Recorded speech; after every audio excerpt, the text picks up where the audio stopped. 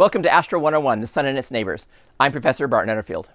In today's class, we're going to look at light. Light, the thing that we use to see the universe, but maybe don't totally understand what light is and how it works. Hopefully today at the end, we'll have a better idea of light. Now, last class, we looked at the sun, the source of, most of our light on Earth. The core of the sun, we learned, was millions of degrees, and in which four sets of four hydrogen atoms get bonded together to form a helium atom, and in the process lose mass and give off enormous amounts of energy. While the core of the sun is millions of degrees Kelvin, the surface of the sun is more like 5,800 degrees. And we're going to learn how that affects the apparent temperature of the sun. You recall that the sun is in fact white. Children's drawings and astronomy textbooks notwithstanding, the sun, as we see even in this picture, peeking through the trees, the sun is white. So let's understand that. And why is it white, and what do colors mean? So let's just start here with a picture from my office the other morning. Here we've got, there's a candle and a mirror and my laptop, a window. What causes, what are we seeing here? Why do we see this as opposed to something else? Why do we see green? Why do we see a glowing candle? Why do we see black? What is this? And so let's go through a bunch of the various mechanisms that light uses in order for us to see it. We'll start with the simplest, which is emission. There's some source of light, in this case, in this picture here, a light bulb, but in the previous image, a candle. The candle is emitting light. It's a source of light. Light comes from the candle and then travels to our eye or travels to other objects. It travels all around. So emission, that's the situation where you have a source of light which travels to your eyes. So we can see that in the picture. There's our room, and there is the source of emission that's in the picture, namely the candle. Now, there are other sources of emissions in the room that are not in the picture. There's the lights in the ceiling. There's the sun outside shining through the window. But the only one we actually see directly is the candle, the source of emission. Now, there are other things that light are doing. The next thing we're going to look at is reflection. This is a situation where light coming from an emission source or coming from some source bounces off a very smooth, flat, reflective surface like a mirror and then goes to your eye. The thing about reflection is that the angle in equals the angle out. So that's reflection. It doesn't scatter. Just the light coming from one direction goes out in exactly the opposite direction. That's called reflection. And we can see the example of that here with the mirror. The mirror is reflecting the light from the candle, from the cabinet, even from the green wall. So that's reflection. We have emission, the source of light, reflection, where light comes from a source and bounces off of it coming out the opposite direction it came in. Okay, then we've got the next thing to look at is scattering. Scattering is when light hits a surface, and that surface sends the light going in all directions. In this situation here, we've got green paint. The light comes from the light source, hits the wall, and scatters into all directions. Now, in the case of green paint, only green light gets scattered, and the rest, we'll figure out what happens to it in a minute. So this is a situation where the emission source is sending out white light or yellow light. It hits the surface, which is the green paint, and then the green light is scattered in all directions. So that means when you look at green paint from any direction, you see the same thing, green paint. Okay? That's called scattering. So there's our example of scattering. Now there's, of course, lots of examples of scattering in this picture. There's scattering from the candle. There's scattering from the desk. There's scattering from the window. In fact, there's scattering from almost everything. There's even scattering from the white frame of the window. That's scattering. The next thing to look at is absorption. Now, we have a light source shining on a black object. And I don't know if you can see the black object. It's kind of dark. But the point is, light comes from the light source, hits the black object, and all of the light is absorbed. Well, if it's a perfectly black object. Real black objects might reflect a little bit, so they look kind of gray. But absorption, no light gets to the eye because it gets absorbed into the black object. Now, For colored objects, all of the light other than the color of the object is being absorbed. So when you look at green paint, all of the other colors are being absorbed into the green paint. The green light is being reflected. Do you see the difference? So if it's black, it's absorbing all the colors. If it is green, it's reflecting green light and absorbing all the other colors. If it was blue, it's reflecting blue light and absorbing all of the other colors. Now, I don't know if you ever played with like paint programs and stuff, and maybe there's a, there's the hue and the saturation number. I don't know if you're familiar with the idea of saturation. If you increase the saturation, it becomes like the situation I just told you. Highly saturated paint is going to reflect just the color of the light that it is and absorb the rest. If your saturation is low, like it's kind of you might call it a dusty green. It's kind of a grayish green. In that case, it's reflecting all colors, but green a little bit more. So the amount of reflection of the other colors makes the object look more kind of grayish. If it's bright and vibrant, it's probably heavily saturated and it's just reflecting that one color and absorbing the rest. So that is absorption. Now the colors that are not absorbed are typically scattered. So that's how green paint will work. All right, so where's an example of absorption?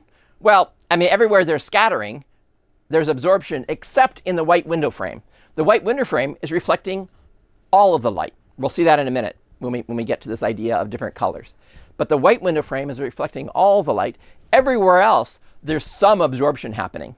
For the green paint, all the colors except green are being scattered. For the brown tabletop, all the colors except kind of that orangey brown color are being reflected. You kind of get the picture. But, black is absorbing all of the light, so we'll just use black as our example of absorption. With a black object, all the light hitting the object is absorbed, nothing is reflected, and so it looks black. One more vocab word for us today, and that is transmission. That's when light goes through a transparent object, like the window. It kind of comes in, makes a little bit of a jog, and then comes out.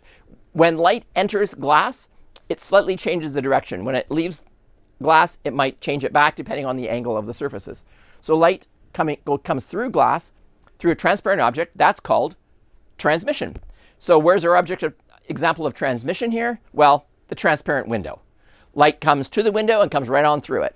A little bit gets absorbed, a little bit gets reflected, but the vast majority of the light comes right on through unaffected.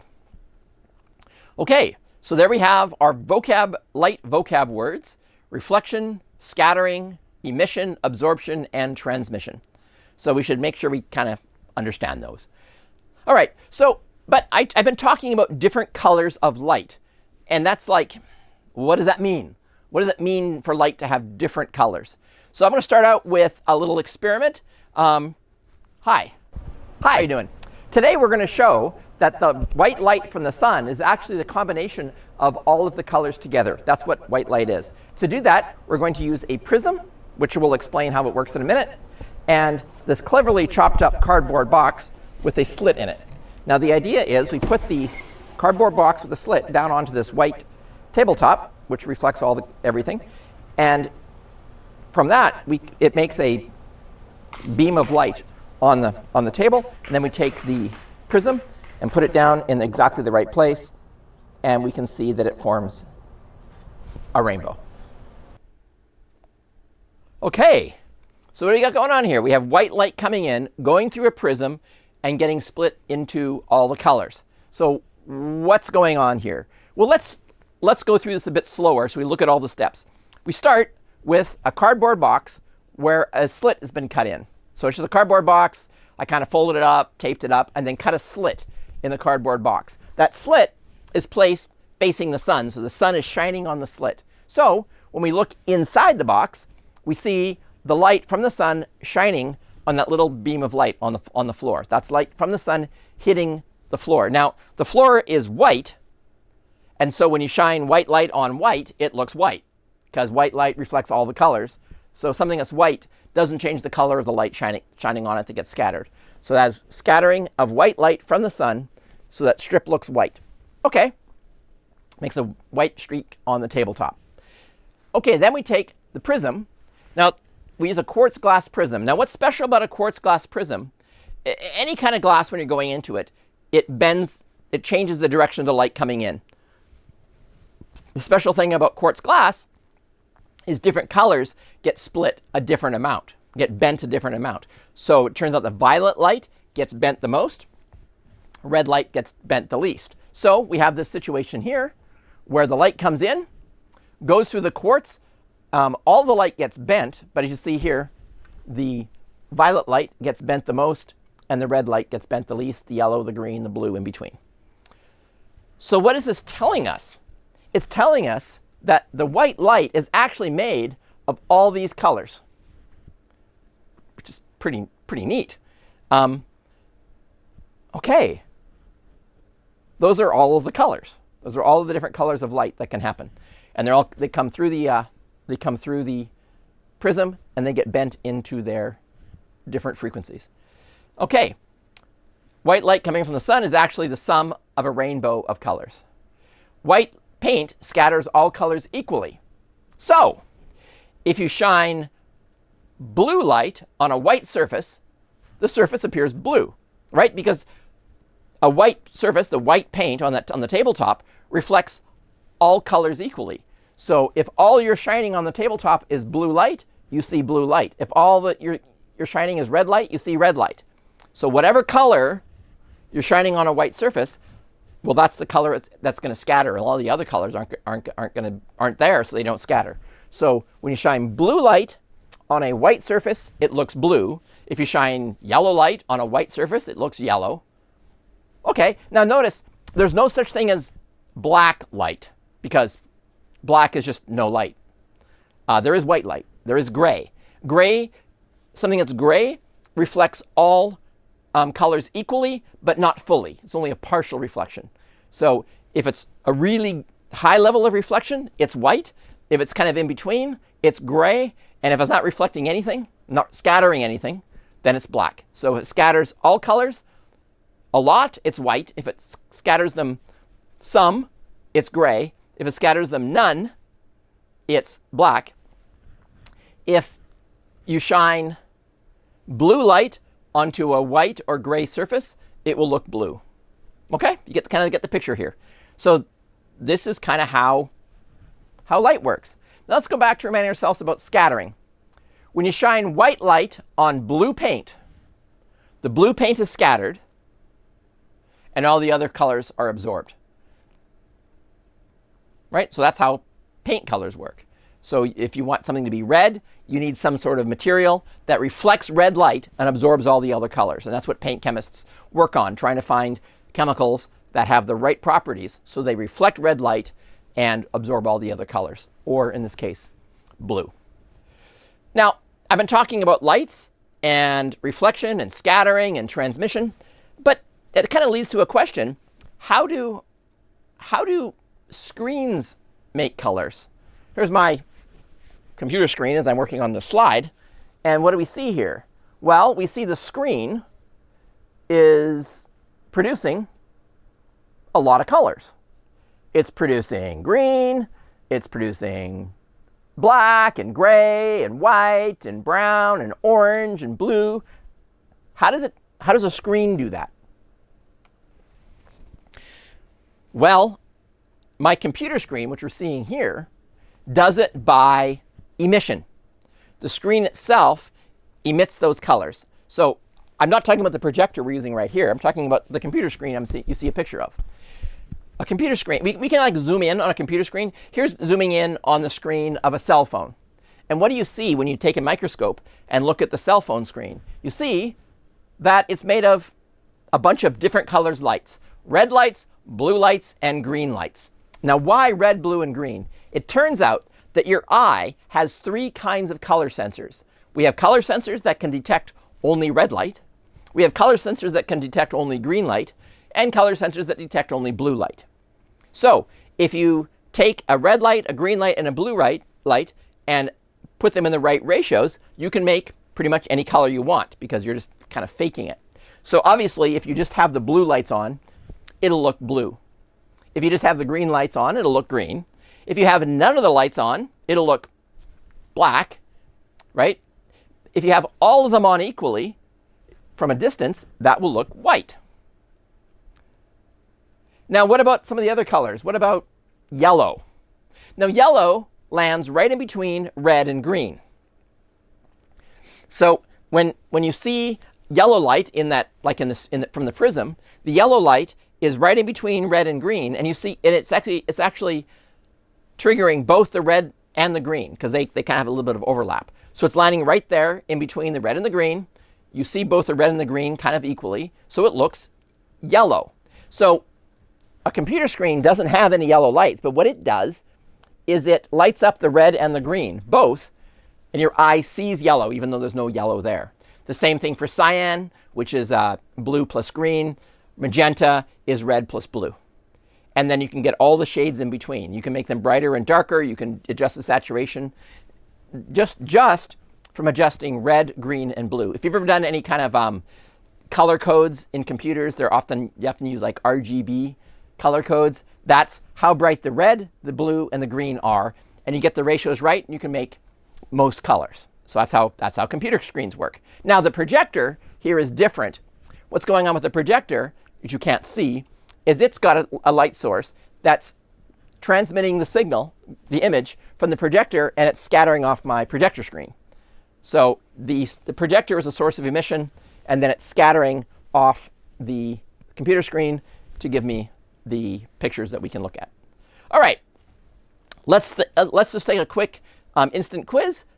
Oh yeah, white is all lights on, black is all lights off, yellow is red and green on, cyan is green and blue on, magenta is blue and red on. Screens work through emission. That's laptop screens and cell phone screens. All right, so let's do a quick instant review quiz.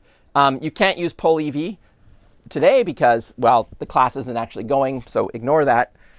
You can just think about this question and try to imagine what the answer is. A leaf appears green. Why does a leaf appear green? I've kind of listed 4 possibilities here. It scatters green light and absorbs all other colors.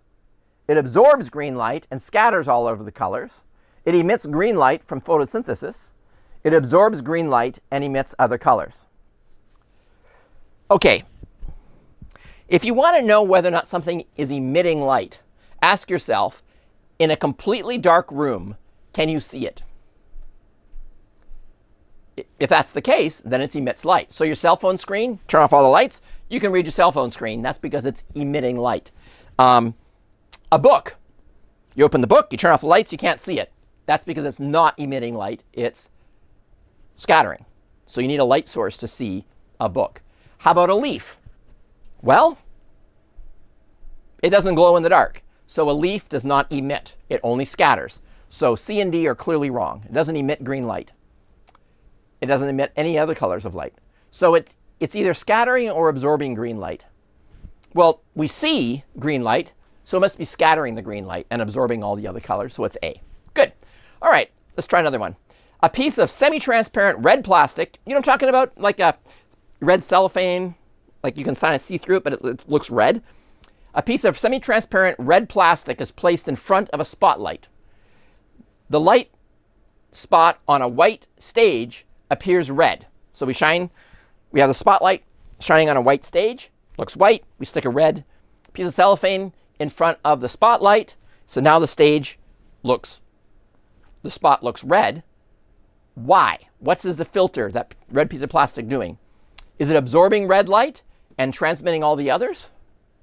Is it reflecting red light and transmitting all the others? Is it scattering red light and emitting all the others? Is it transmitting red light and absorbing all the others? Okay, so if you take the piece of red plastic and just take it by itself in a dark room, you don't see it. So the red plastic, the filter, isn't emitting anything. It's doing something else. The light is coming through it. So the light is being transmitted through the semi-transparent filter. Why does it look red? Because it lets the red light through and stops all the others. So it transmits the red light and absorbs other colors. The answer there is d. Okay, so if you take a rock and throw it into the water, it forms waves. So here's just a little video from YouTube of somebody throwing rocks in a pond, and you see these waves forming. They propagate out from the source, so waves start somewhere, and they move through the medium. In this case, it's water. So let's start looking at a couple of vocab words about waves. Wavelength. That's the distance between the peaks. So, okay, so waves have a wavelength. The wavelength being the distance between the peaks. Now, all these peaks are moving out. But the spacing between them, which stays the same, is called the wavelength. The amplitude is the height of the peak. So if it's a little tiny ripple, it's a low amplitude. If it's a big ripple, then it's a high amplitude. So those are the two vocab words we need about waves. The wavelength and the amplitude. Now, water waves, you know what I'm talking about, but let's go and let's just use a computer simulation to look at waves rather than trying to do water waves and stuff. Let's do this instead. Here I've made a little program that is showing sine waves going by. And these are all three of these waves are traveling at the same speed, right? They're all traveling at the same speed. But the wavelength, which is the distance between the waves, is different. The one on the bottom is a long wavelength. That's a long way between the peaks or the valleys. Whereas this is a short wavelength. The distance between the peaks is quite short. So the top one, short wavelength. The bottom one, long wavelength. And the middle one is kind of in the middle. All right, you got that idea? Wavelength. The waves are moving by, but even as they're moving by, you can go and you can measure the distance between the peaks. That's the wavelength. There's also the frequency. The frequency is how often the peaks arrive. Now, if you look up at the top, the purple one, peak, peak, peak, peak, they're coming fairly often. Like it's a relatively higher frequency. If you look at the bottom one, that we just had a peak, and now we're waiting and waiting and waiting and waiting and waiting and waiting and waiting, and there's a peak, and we wait and wait and wait and wait and wait and wait, and there's another peak. Okay, so that's a low frequency. So the top one, when it's moving along, is a high frequency because the peaks are coming fairly often. The bottom one is a low frequency because the peaks come rarely. So we can put these two ideas together, this wavelength and speed, so we can try and put these ideas together. The speed of a wave is the frequency times its wavelength, or speed equals frequency times wavelength. That's the equation there. So what does that mean? That means at constant speed, all these waves are going the same speed. Now, not all waves go the same speed, but right now we're showing waves that all go the same speed. The shorter wavelength means higher frequency. Because the wavelength is shorter, the peaks come more often, right? Shorter wavelength means higher frequency. Longer wavelength means lower frequency. So you can always tell, you can distinguish, if you have a short wavelength wave, you know what, well, it has high frequency. You know if you have a low frequency wave, you know it has long wavelength because of that equation, S equals F times L. Okay, so it turns out that light is an electromagnetic wave. Now, what's an electromagnetic wave? You guys probably have played with like a refrigerator magnet or something and feel it get pulled to a fridge, or you imagine you have two magnets and they want to either push apart or push together. Now imagine, instead of doing that, you take one of the waves, one of the magnets, and shake it up and down. Well, that's going to cause the other magnet to want to move up and down, right? Makes sense. That's the reason. Well, what's going on? There's an electromagnetic wave going from the one magnet to the other. So that's an electromagnetic wave. Light is an electromagnetic wave. Now, this is an incredibly low frequency electromagnetic wave and very, very weak. But light is very high frequency electromagnetic waves. All light, it turns out, in a vacuum travels at the same speed, namely 300,000 kilometers per second. That's the speed of light. It's how fast all light goes in a vacuum. Any color, red light, violet light, yellow light, all colors of light travel at the same speed in a vacuum, namely 300,000 kilometers per second. Now, that's not true if the light is going through glass or something. It will go slower than that going through a glass or some other medium. So that's actually how the prism works, and how the prism bends different colors, different amounts, is because the light going into the prism travels at different speeds for different colors. And it's called dispersion. But you don't have to worry about that. It's just little detail.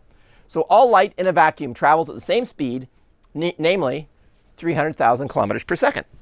Consequently, and it turns out that the wavelength or the frequency of the light determines its color. Longer-ish wavelengths, well, that's red. And shorter-ish wavelength, that's violet. And in the middle is going to be green. So the wavelength or the frequency of light determines the color. Cool. So when we were looking at that prism, the shortest wavelength was the violet light, and the longest wavelength was the red light. This is kind of the colors, the spectrum we saw with the prism. Now, this is just visible light. But you might ask yourself, well, what happens if you go to longer wavelengths than the end of red?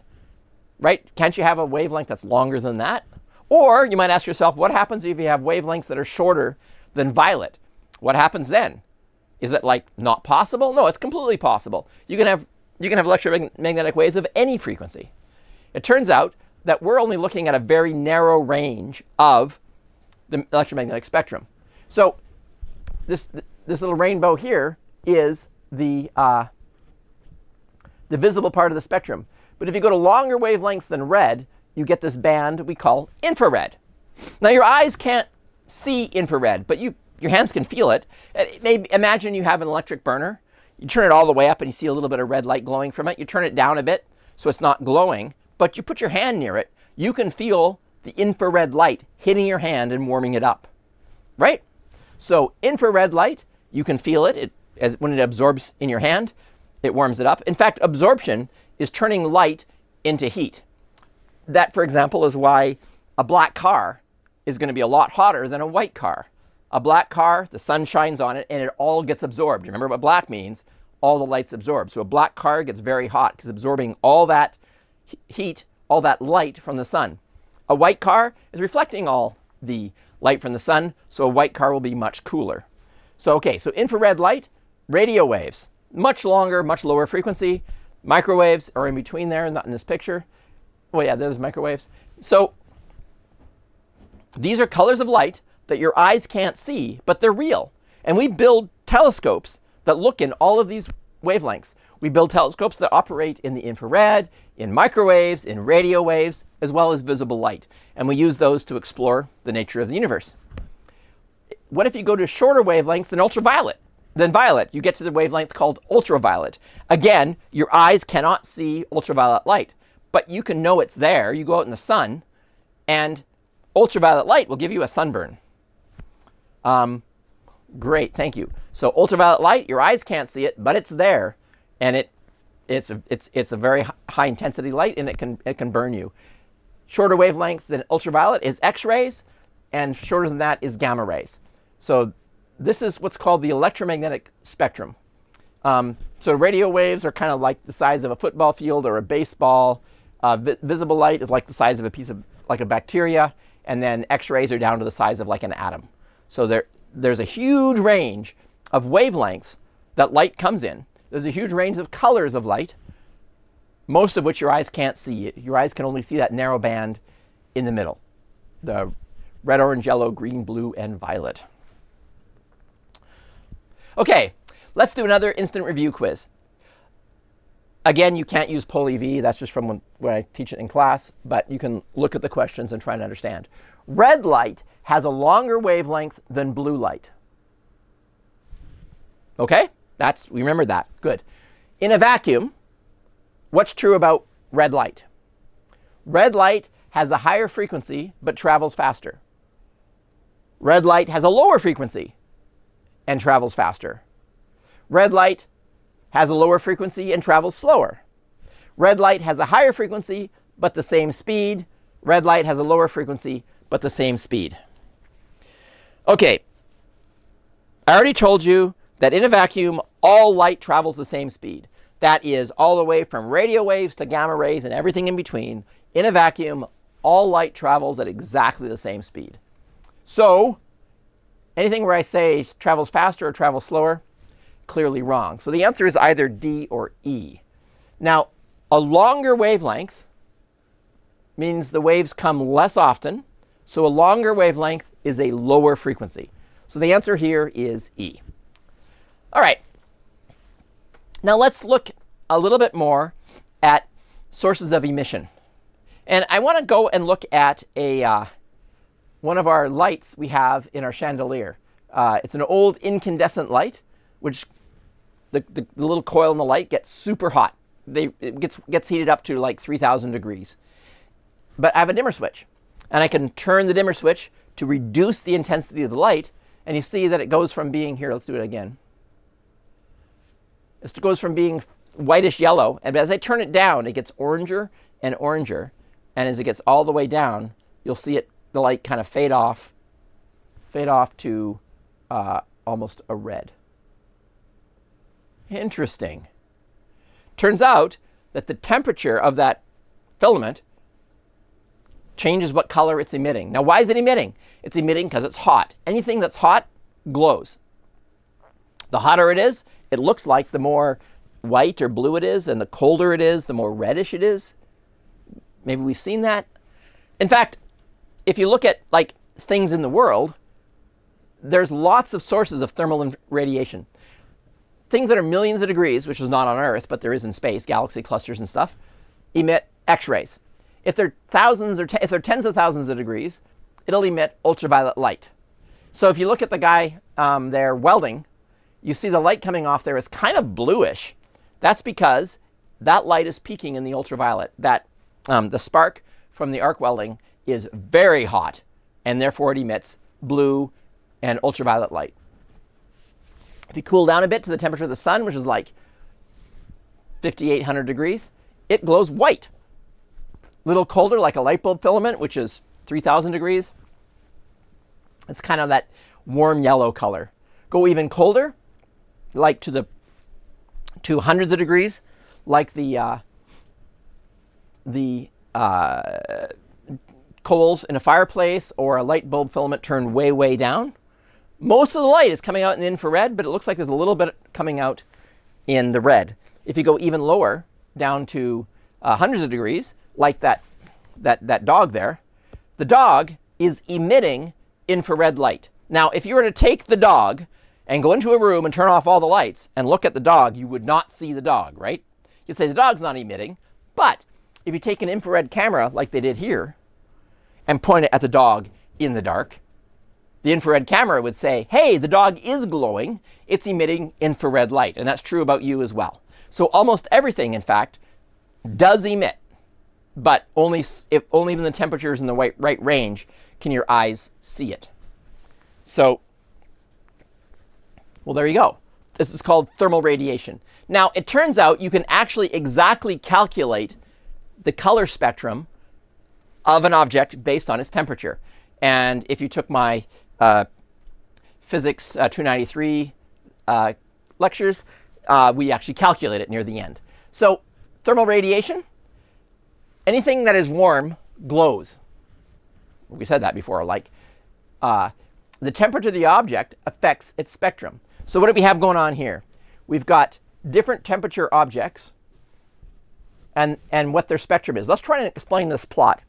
The horizontal axis is the wavelength of the light in nanometers, which is like billionths of a meter. So this, and these numbers here, 10 to the fourth, that means a 1 with 4 zeros after it, a 1 with 3 zeros after it, so 1,000, 1 with 2 zeros after it, which is 100, a 1 with 1 zero after it, which is 10. So it's 10 nanometers, 100 nanometers, 1,000, and 10,000 nanometers going across the scales. That's the wavelength of the light. So this, you see this rainbow here in the middle, those are the visible light colors. Those are the only colors your eyes can see. Over here then clearly is infrared, and over here is ultraviolet. This axis tells you how bright the light is at that color. So up here, this is quite bright. If you come to shorter and shorter wavelengths, the brightness comes way, way down. Or if you come up here, it's getting brighter and brighter and brighter, gets to a peak, and comes back down again. Right? So this curve tells you the mix of colors that are going into the object that's glowing. Now, if you look at this 3,300 degree object, like the light bulb filament, you'll see that it peaks in the infrared. So old incandescent light bulbs, the ones that you can't buy anymore, they were very inefficient light sources because most of the light, most of the power came out in the infrared. You could try and do better by making them hotter, but then you melt the filament and they don't last very long. But even still, most of the light is coming outside of the visible range. So we've replaced incandescent light bulbs with other technologies. We'll talk a little bit about them next class. But if you look here, the spectrum is falling. There's more red light coming from a 3,300 degree light bulb than there is violet light. And that is why incandescent light bulbs have that kind of warm yellowish look to them, because there's more light coming out in the red than there is in the blue. So you see this falling spectrum will make the object look reddish. Here we see something at 5,800 Kelvin. That's the temperature of the sun. And you notice that all the colors are about the same. Like it's pretty flat across there. So that means that the sun looks white because all the colors are pretty close to the same. That's what white is. In fact, we kind of define white based on an approximation of the spectrum of the sun. So that's what white means. It means they're all about the same color. Then we look at a very hot object like that, like the welder, who is got the arc welding going, and there we see that the red is quite a bit less than the blue or the violet. So a arc welder, it's going to look like a bluish tint. There's still some red coming out, but a lot more blue. So it's going to look bluish. So if you look at an object, you can tell an object that's emitting thermal radiation. So an object that's glowing because it's hot. Now, I'll warn you that most lights now don't work that way. Only very few. LED lights don't work that way. Fluorescent lights don't work that way. Only the old incandescent lights, which are kind of hard to find now, worked that way. Nonetheless, if something is glowing because it's warm, you can tell its temperature by its color. If it's reddish, it's cooler. If it's bluish, it's hotter. If it's white, it's kind of in the middle, probably around 5,800 degrees. So that's the temperature of the sun. Now, why do we care? Well, stars are different temperatures. So if you look at the color of a star, if the star is bluish, it's hot. If the star is reddish, it's cooler. If the star is white, it's the same temperature as the sun. Okay? Pretty cool. Now look way down here. Here's the little spectrum from the dog, who's like 300 degrees Kelvin. Let's remind ourselves what this Kelvin thing means.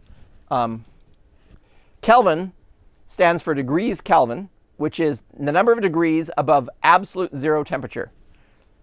So degrees Celsius is telling you how many degrees it is above freezing, which is fine, but for physics it's much more convenient to talk about the temperature above absolute zero. Temperature is kind of like how much things are moving and vibrating.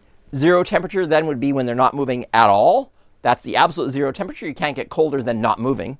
So when all the atoms and molecules aren't moving at all, that's zero temperature. Degrees Kelvin is how many degrees it is above that absolute zero temperature. So if you know the temperature in Celsius, you add this number, 273.15, to your temperature in degrees Celsius, and you get your degrees Kelvin. All right? That's not super hard. You can look at it. But the point is, this 300 Kelvin is something that's about room temperature. This is the spectrum it glows with. So your eyes can't see it at all. It doesn't emit any visible light. But if you build an infrared camera that can look at 10 to the 4th nanometer light, well, then you're gonna see it, like we saw that dog. And if you look here, the hotter it is, the taller it gets. So hot things are brighter than cool things. Also, the hotter it gets, the peak moves to the left. So over here, it's cold, warmer, warmer, warmer. You can see how the peak moves to the left as it gets hotter. That peak moves to shorter wavelengths as it gets hotter. Which means, well, if you can measure the colors, if you can measure that spectrum, then you can determine something's temperature, which is pretty neat. So we can look at a couple examples of this. One, I don't know if you ever had an ear thermometer stuck in your ear, and it goes beep and tells you the temperature. How is it doing that? Well, it's looking at this infrared spectrum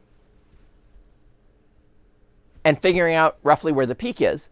And if you're warmer, the peak moves to the left. If you're colder, it moves to the right.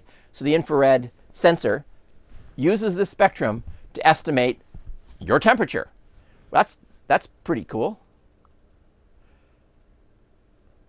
Another example?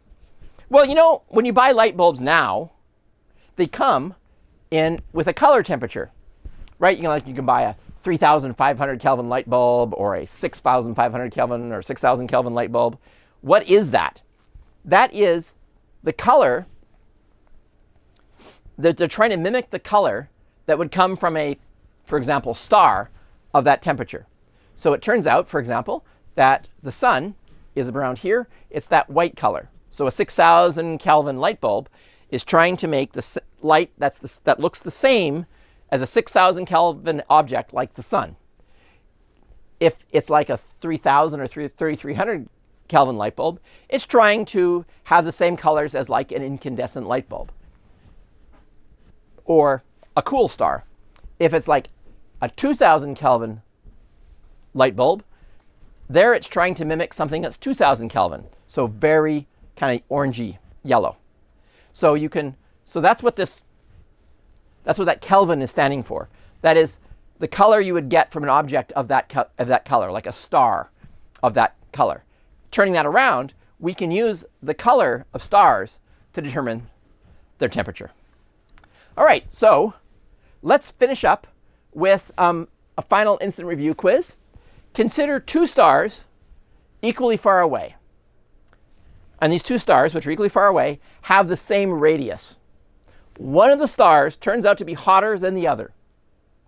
Which of these four statements is true? Let's go through them. The hotter star will appear redder and brighter. The hotter star will appear redder and brighter. The hotter star will appear redder and dimmer. The hotter star will appear bluer and brighter. The hotter star will appear bluer and dimmer. Now, this is a place where kind of our English idioms kind of mess us up. We usually talk about redder as being a warmer color and bluer being a cooler color. But if we come over here and remind ourselves, bluer is actually hotter in terms of the temperature of the object, and redder is actually cooler in terms of the temperature of the object. So when we say a warmer color, that's kind of ambiguous. Are we talking the physics way, which means bluer? Or are we talking the paint artist interior designer way, which you would say it's cooler? So in our class, we're going to be using the physics language. In any case, it's true that a hotter object is going to look bluer. So here we go. The hotter star will appear bluer, not redder. So it's one of these two. Now, remember, when a star gets hotter, what happens to its brightness? It gets bluer and it gets brighter. So the answer here is C. All right. Well, I hope you enjoyed this quick foray into colors, and have a great week.